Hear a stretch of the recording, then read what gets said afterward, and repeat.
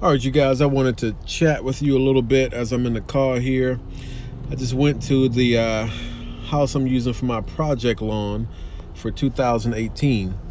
And so my goal is to turn this lawn around this year, if not pretty soon. So I did my round one application. And that application was a pre-emergent, liquid pre-emergent with prodiamine. I put down some RGS. I put down some liquid aerate.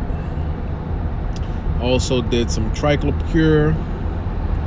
And I know I didn't need it, but I also did some methylated seed oil as my adjuvant as well.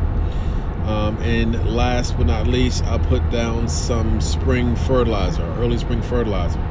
And that's really what I want to talk about right now on this one, was this early spring fertilizer.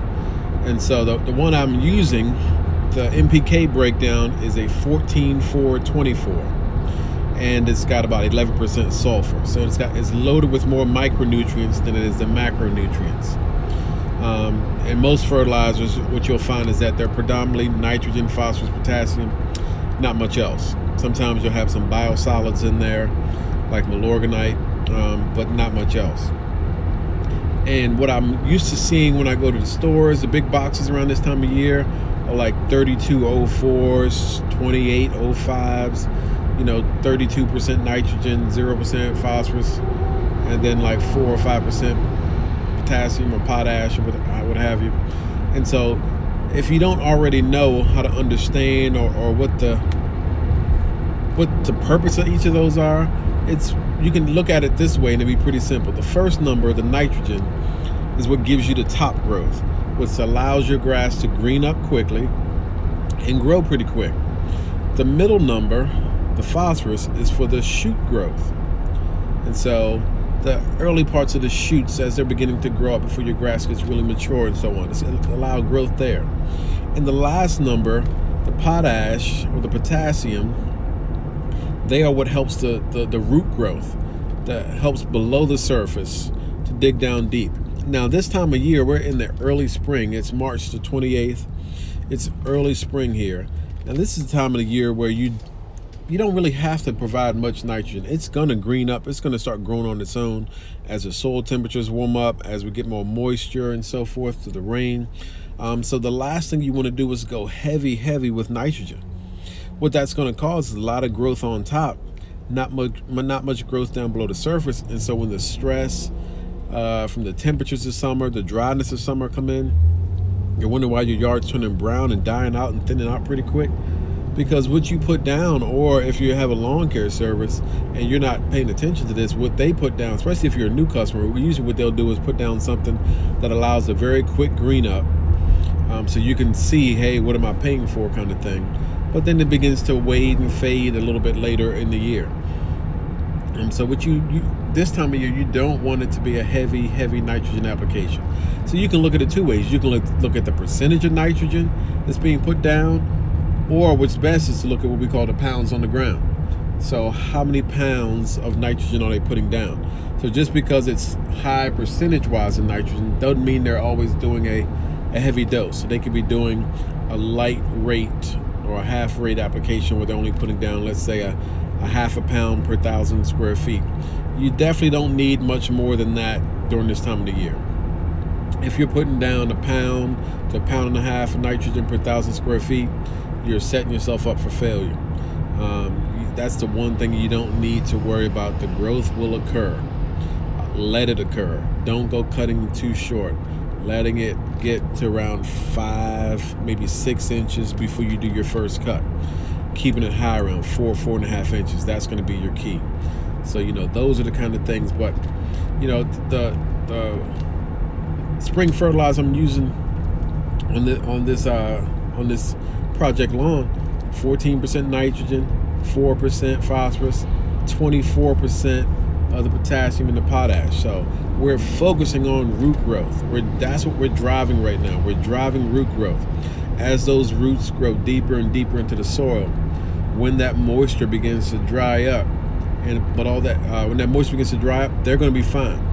They're going to be fine. The moisture doesn't stay near the surface. Usually it stays much lower. So we're training those roots to go down to where the water supply is, not to keep it up high. Also, we're allowing it to get used to growing more surface area with the roots. So the longer the roots are, the more surface area they have, the more nutrients they can supply and store in there as well.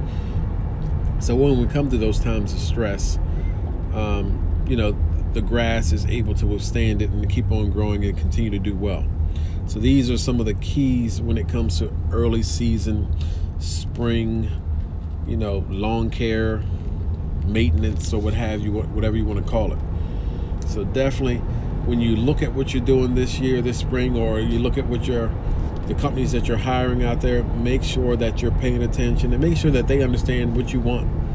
This is only going to help you in the long haul, and it's not going to cost you a whole lot more money.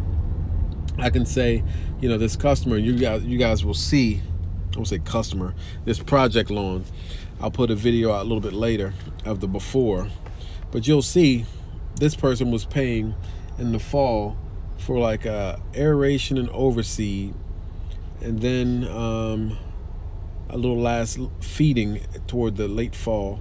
They were paying like $300, and the lawn's only 1,800 square feet, not even 2,000 square feet. They did nothing pre-emergent wise, post-emergent wise when it comes to weed control. They're absolutely nothing. The lawn is not completely overgrown like crazy with weeds, but it's got a good, maybe I'd say 20-30% amount of weeds throughout the lawn. So they weren't addressing the issue. They were feeding stuff, and you'll see they weren't feeding too much of the lawn either. And I don't know what kind of seed they're putting down, but it looks like there's a decent blend of Bermuda mixed in with that bluegrass or fescue. So I told them, we got to let that balance itself out. That's going to be our main key. That's going to be our main key. All right, so that's everything I have for you guys today. Appreciate you tuning in. Be wise and be smart with your lawn care. Don't just go putting down anything. Know why you're doing what you're doing, and know what the purpose is. That's your key. Don't go randomly putting stuff down. I knew with this project, I don't want any more weeds germinating. So that's why we did our pre-emergent. I know he had a lot of weeds in the yard, so that's why I did the post-emergent for what was already out there. And then I knew, okay, we want to get that early spring fertilizer application down. And it's like crazy. It's like, I think, a 50% slow release. So it's not going to add a whole lot of green up right now. We're not really worrying about that. We're just letting it get out there, get absorbed, and do its thing.